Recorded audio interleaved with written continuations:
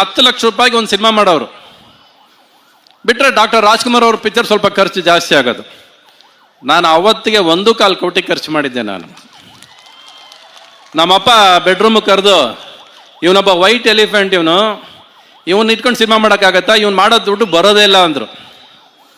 ನನಗೆ ದುಡ್ಡು ಗೊತ್ತಿಲ್ಲ, ಇವತ್ತಿಗೂ ಗೊತ್ತಿಲ್ಲ. ಬದುಕಕ್ಕೆ ದುಡ್ಡು ಬೇಕು ಅನ್ನೋದೇ ಗೊತ್ತಿರಲಿಲ್ಲ ನನಗೆ. ನಮ್ಮಪ್ಪ ಹಂಗೆ ಸಾಕಿದ್ರು ನನಗೆ. ಬಟ್ ಆ ಪಿಕ್ಚರ್ ಅವತ್ತು 1.25 ಕೋಟಿ ಅಲ್ಲ ರೀ, ಅದನ್ನೆಲ್ಲೋ ದಾಟ್ಕೊಂಡು ಕರ್ಕೊಂಡು ಹೋಯ್ತದು. ಅದು ನೀವೇ ಕಾರಣ. ಸೊ ಈ ಥರ ಒಂದೊಂದು ಮೆಟ್ಲು ಹತ್ತಬೇಕಾದ್ರೆ ಪ್ರತಿ ಸಾರಿ ಎಲ್ಲರೂ ಹೇಳ್ತಾರೆ ನಿಮ್ಮ ಗೆಲುವು ಏನು ಅಂತ. ನನ್ನ ಗೆಲುವು ನನ್ನ ಹತ್ರ ಇಲ್ಲವೇ ಇಲ್ಲ ರೀ. ಅದು ನನ್ನ ಗೆಲುವು, ನನ್ನ ಸೋಲು ಅದು ನಿಮ್ಮ ಕೈಲಿದೆ, ಅದು ನಿಮಗೆ ಬಿಟ್ಟಿದ್ದು. ಮೊನ್ನೆ ನಮ್ಮ ಶೋಲಿ ನಮ್ಮ ಅರುಣ್ ಸಾಗರ್ ಹೇಳ್ತಾರೆ, ಒಂದು ಶೋಲಿ ನಮ್ಮ ಯಜಮಾನ್ರು ಸೋಲ್ತಾರೆ, ಅವಾಗ ಗೆಲ್ತಾರೆ ನೋಡಲ್ವಾ ನೀವು ಅಂತ ಹೇಳಿದ್ರು. ನಾನು ಸೋತೆ ಇಲ್ಲ, ನಾನು ಒಪ್ಪೋದು ಇಲ್ಲ ಸೋತೆ ಅಂತ. ನಾನು ಅನ್ಕೊಂಡಾಗ ಸಿನಿಮಾ ಮಾಡಬೇಕು ಅನ್ನೋದು ನನ್ನ ಆಸೆ.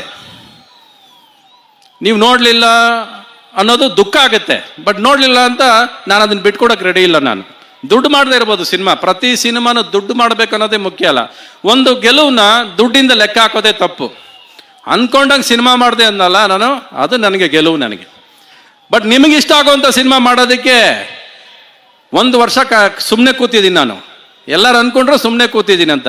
ಸುಮ್ಮನೆ ಕೂತಿಲ್ಲ ರೀ, ಮತ್ತೆ ಪ್ರೇಮ್ ಲೋಕ ಕಟ್ಕೊಡ್ತೀನಿ ನಿಮಗೆ.